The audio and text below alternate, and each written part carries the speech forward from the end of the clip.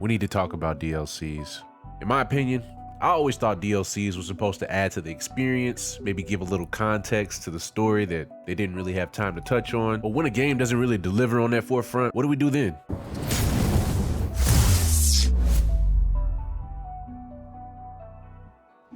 What is good, y'all? Welcome back to the channel. My name is Pizzo. If you have not heard of me already, I do video game reviews on this channel. So if this is the type of content that you're interested in, be sure to run up the likes, subscribe, and hit the notification bell so that you know when the next video goes live. Speaking of the next video, I actually have a preview for the next review that's coming. And man, I gotta tell y'all, man, I am hype about this. Shout out to everybody that gave me feedback on the first video as well. All the subs, the likes, the comments. I ain't entitled to any of that, so I really do appreciate y'all. I have links in the description for my community Discord, my Twitch stream, and all my socials as well. Y'all can come holler at me, come kick it. We're gonna set a like goal of 15 likes on this video. It's great feedback, and we're really trying to get this channel booming.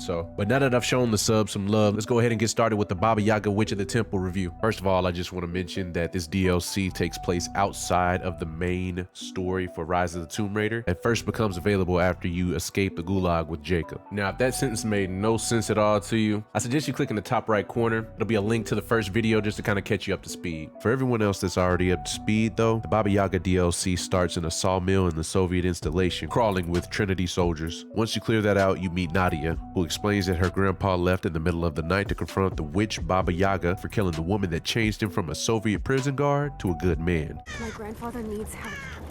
He's gone to the Wicked Vale to confront the witch Baba Yaga.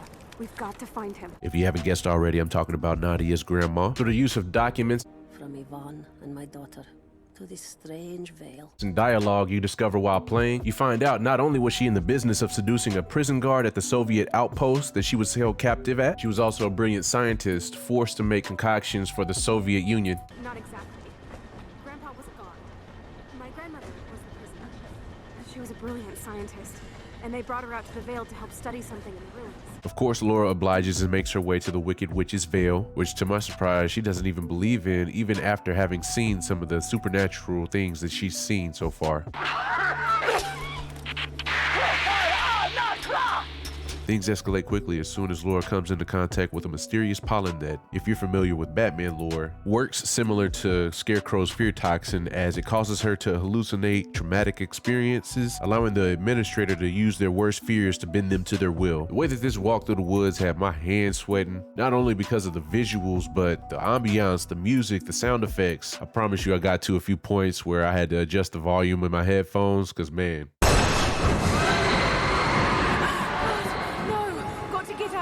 could not be me, I can tell you that right now. Anyways, after pushing through a hallucination of what seems to be the moment that Laura's life changed, she manages to escape the clutches of Baba Yaga. And with the help of Nadia and a note left behind in the Soviet outpost containing the antidote her grandmother developed, Laura now had the means of not only making sense of the initial horror experience, Just as the legend says, a house walking on giant bird legs, but without the pollen, it's just an old contraption.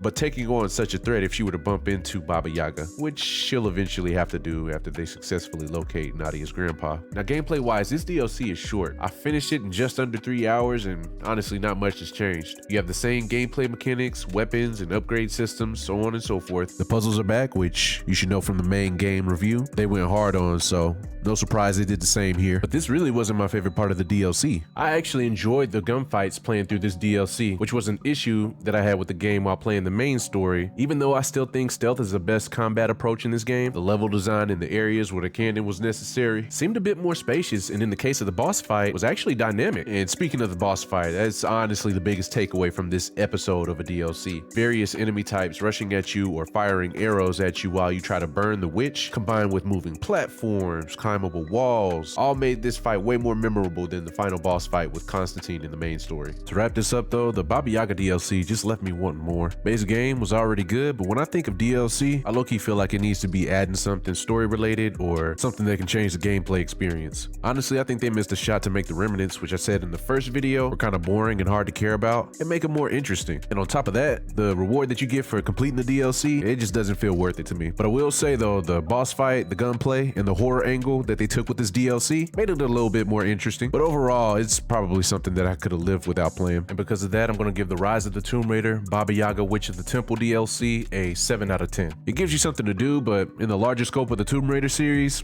it's kind of forgettable. But enough of me going on about my thoughts on it. I want to know what y'all think in the comments below. A couple of extra questions for y'all to answer in the comments as well. When you get a DLC, what do you expect from it? Also, what do you think makes a good DLC? Outside of that, I'm Pizzo Plays, and I'm going to leave you guys with a preview for the next review on the channel. I'll catch y'all then.